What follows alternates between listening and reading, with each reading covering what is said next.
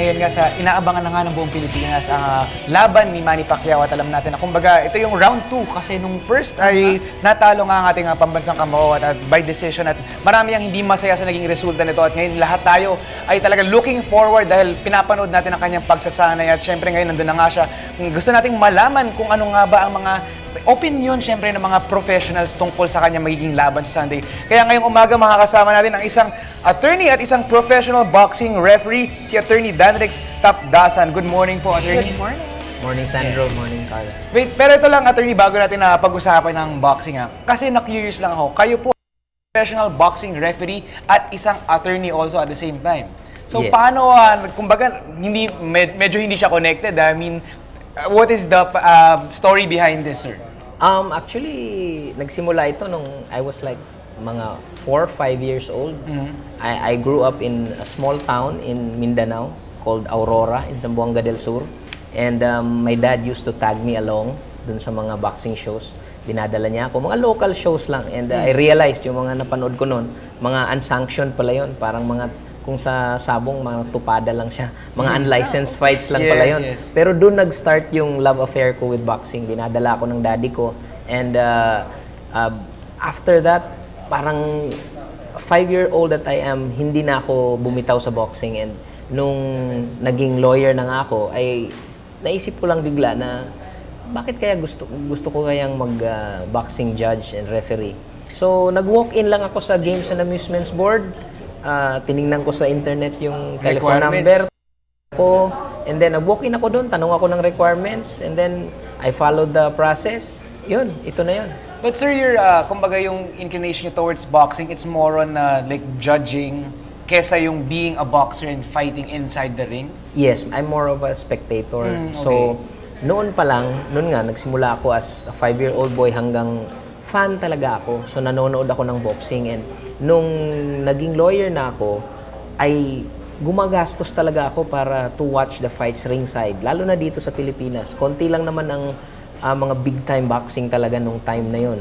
Since mga 2004 nung naging lawyer ako. Mga 10 years ago, no? So, I really, hindi naman malaki ang kita noon nung nagsisimula pa lang ako. Pero talagang nag-iipon ako ng pera para manood dun sa ringside. And yung una ko ngang naisip, mag-a-apply ako as judge para makalibre na ako. Nang nood. So, yun lang yung iniisip ko. And hindi naman ako athletic. Hindi naman ako, I don't play sports. Hindi naman ako nag-gym. I didn't think about being a referee at that time. Judge lang talaga kasi gusto ko lang talagang makapasok sa stadium at makapanood ng libre naman. Parang ganun lang yung nasa isip ko noon. Pero yun nga, one thing led to another thing. So after nung nag-judge ako, nag-invite yung Games and Amusements Board na gusto mo bang mag-referee? So nung nag-try ko mag-referee, okay naman din. So ngayon, nagustuhan ko na siya. Dun sa whole week ko, meron akong Monday to Friday morning na work as a lawyer. Weekend ng gabi, either Friday night, Saturday night, boxing. So, hindi naman siya conflict. Alright. Okay, so fearless forecast time na. Yes. So attorney, para sa inyo, sino ang mananalo sa Sunday? I think this will be a very close and competitive fight. And tingin ko hindi masisiyahan yung mga tinatawag ko ng mga casual boxing fans. Yung mga nanonood lang ng boxing pag lumalaban si Manny Pacquiao. Sa tingin ko, itong laban na ito will be a very tactical, very kumbaga chess match itong laban na ito. Hindi ito bugbugan, walang masyadong masasaktan dito sa laban na ito.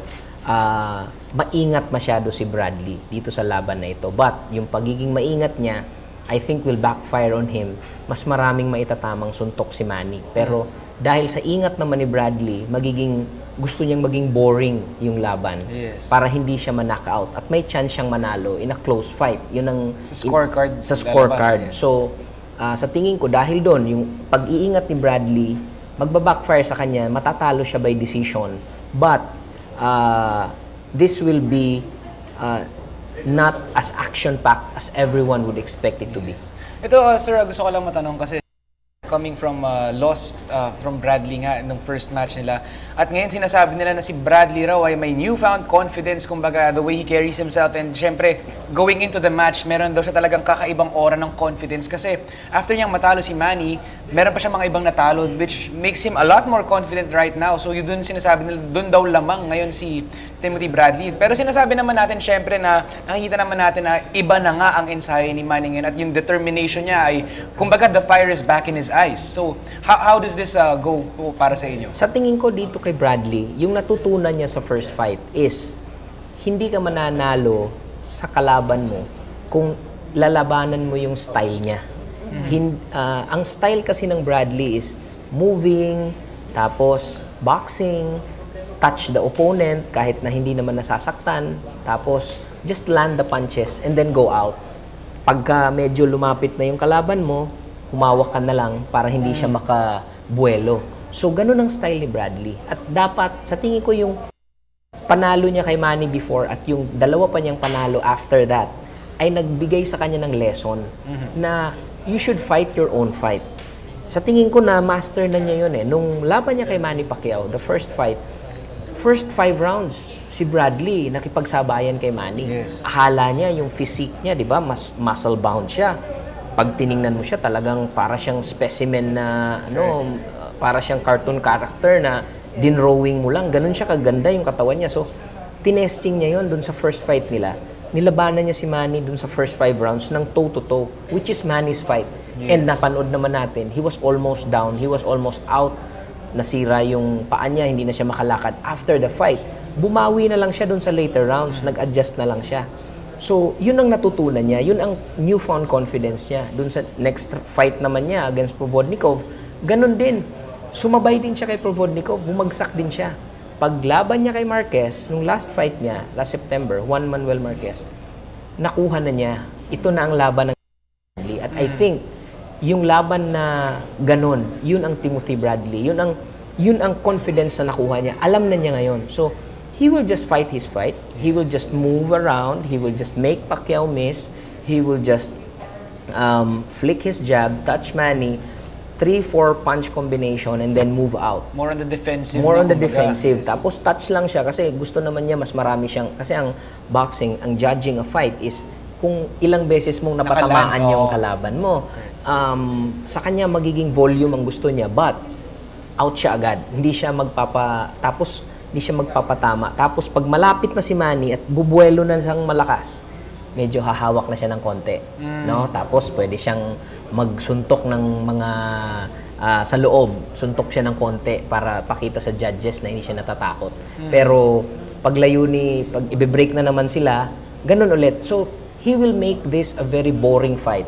An ugly fight for the casual boxing fans. But, yun ang naiisip niya. Ang problema dito, ganito yan.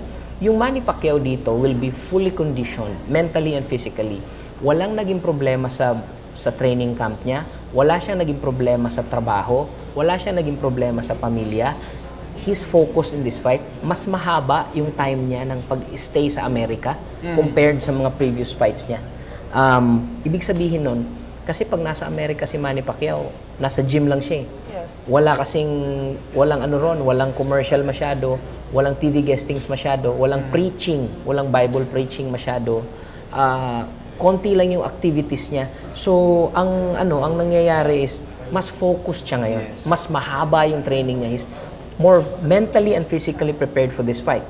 So, alam niya naman na paano talunin si Bradley. But, again, mahirap i-knockout si Bradley. And at the same time, pag gusto mong i-knockout yung kalaban mo, you open yourself up to a knockout also. Yes. Like what happened to Manny Pacquiao against Juan Manuel Marquez. Gusto niyang i-knockout si Juan Manuel Marquez, risk yun. Pag gusto mong i-knockout yung kalaban mo, sasalubungin mo yung suntok din niya. Sasabayan mo siya. So, yun ang risk doon. So, after that fight naman ng Marquez, after the loss, binawi niya against Rios. Nakita mo kung gaano ka-cautious si Manny. I think dito sa laban na ito, ganun pa rin ang mindset ni Manny. Magiging aggressive siya, but he'll be an intelligent, aggressive fighter dito sa laban na ito. And I think lalabas dito na maa-outpoint niya, maa-outland niya si Bradley. Kasi si Bradley naman, he will not take risks. Lalayo lang siya. Yung aggressiveness ni Manny rito, yun ang magiging susi niya na mas marami siyang mapapatamang suntok at mananalo siya by decision. I guess yun talaga yung crucial factor dito, no? Because I guess, well, for a casual boxing fan like me, parang nakikita nga na dati, yung usual na critique is, yun nga, parang out of focus, kasi marami siyang ginagawa. So ngayon, it's good news na parang, yun nga yung forecast na parang mananalo si Pacquiao Sunday kasi nga talagang naka-prepare siya for this fight. Ito, pero curious lang din ako, syempre yun nga parang ngayon na iba-iba sinasabi ng mga tao kung sino mananalo. Pero alam natin na malaki rin ang pera na kinikita ng Las Vegas dahil sa mga pustahan na meron para sa mga boxing matches. So ngayon po, sino po ba ang tinatawag nating liyamado sa match na to? At ano ba ang odds kumbaga sa pustahan? Liyamado si Manny Pacquiao dito. Ang odds sa Las Vegas, ganito, no? Pag pumusta ka kay Manny Pacquiao ng $100 sa Las Vegas, baliktarin natin. Pag pumusta ka kay Bradley ng $100 sa Las Vegas, pusta ka kay Bradley, mananalo ka ng $185. Okay. So almost madodouble yung pera mo, no? Pusta ka ng $100 kay Bradley, mananalo ka ng $185 kung mananalo si Bradley. Pag pumusta ka naman kay Manny Pacquiao ng $220, mananalo ka ng $100. So more than double naman, mas mababa sa doble naman yung yung makukuha mo. So ganun yung odds. Ibig sabihin, liyamado si Pacquiao kasi kailangan mong pumusta ng 220 para manalo ng 100 lang. Oo, si Bradley naman, pupusta ka lang ng 100 para manalo ka ng 185. Ibig sabihin, mas maraming pumupusta kay Manny. Yes. Mas maraming nag-iisip na mananalo si Manny. In fact, dito sa laban na ito, mayroon pa silang tinatawag na odds kung pupusta ka ng aabot ng any winner, pero aabot siya ng 10.5 rounds or over. Okay. So, you don't pick a winner. Sa Las Vegas kasi lahat ng klase ng pustahan pwede. May knockout by round. Parang menu yan eh. Oh. So, ito merong magandang odds sa Las Vegas. Kapag pumusta ka, any winner, pero aabot yung laban ng 10.5 rounds or over, yung iyong pupusta ka ng $245 to win $100. Mas malalim yung odds kaysa yung pupusta ka kay Manny Pacquiao to win the fight. Ganun ang kaisipan. Ibig sabihin, maraming pumupusta na itong laban na ito hahaba. Mahabang laban. This will be a long fight. So, mas malaki, mas liyamado pa yung hahaba yung laban kaysa sa mananalo si Pacquiao sa laban. Okay. So, attorney, baka mayroon na lang kayong message para sa ating mga viewers. Panoorin yung laban. I think hindi ito normal na advice or normal na sinasabi na kung gusto niyo manood ng isang very technical fight, yung matututunan niyo kung paano ang boxing, yung mga taktika, kung paano nag-a-adjust yung dalawang boksingero, world-class technical fight, ito yung laban na ito. And hindi rin naman ako magugulat kung merong babagsak sa laban na ito. Pero this is more of an intelligent match. Dalawang matatalinong boksingero, dalawang magagaling na boksingero. This will be a very competitive fight. Walang itulak kabigyan sa dalawang boksingero na ito. Sinabi ko na ito nung nag-guest din ako rito sa NBN before nung first Bradley Pacquiao fight. And I openly said, sabi ko, huwag kayong magugulat kung mananalo si Bradley nung first fight. Dahil na-underestimate siya no? Dito sa laban na ito, hindi na siya na-underestimate. Kilala na Pinaghandaan na siya ni Manny Pacquiao at focus na si Manny rito. So, masasabi ko rito with all confidence na mananalo na si Manny Pacquiao. Not only in the fight, but also in the decision. Kasi doon sa first fight nila, Manny Pacquiao actually won the fight, but Bradley won the decision. In this fight, Manny Pacquiao will win both the fight and the decision. Alright? So, syempre, everyone's still looking forward to that match. At syempre, talagang lahat tayo naman, ang prayers natin ay with Manny Pacquiao. The support of the whole Philippines is with him. At yan, marami tayong natutunan ngayong umaga. Kasama natin si Attorney Dan Rex Tapdasa na isang professional boxing referee. At syempre, mukhang boxing analyst talaga at boxing expert talaga. Dahil alam na alam ni Attorney ang lahat ng aspeto ng boxing. So maraming salamat po sa inyong naipamahagi sa amin ngayong umaga. Thank you, Carla. Thank you, Sandro.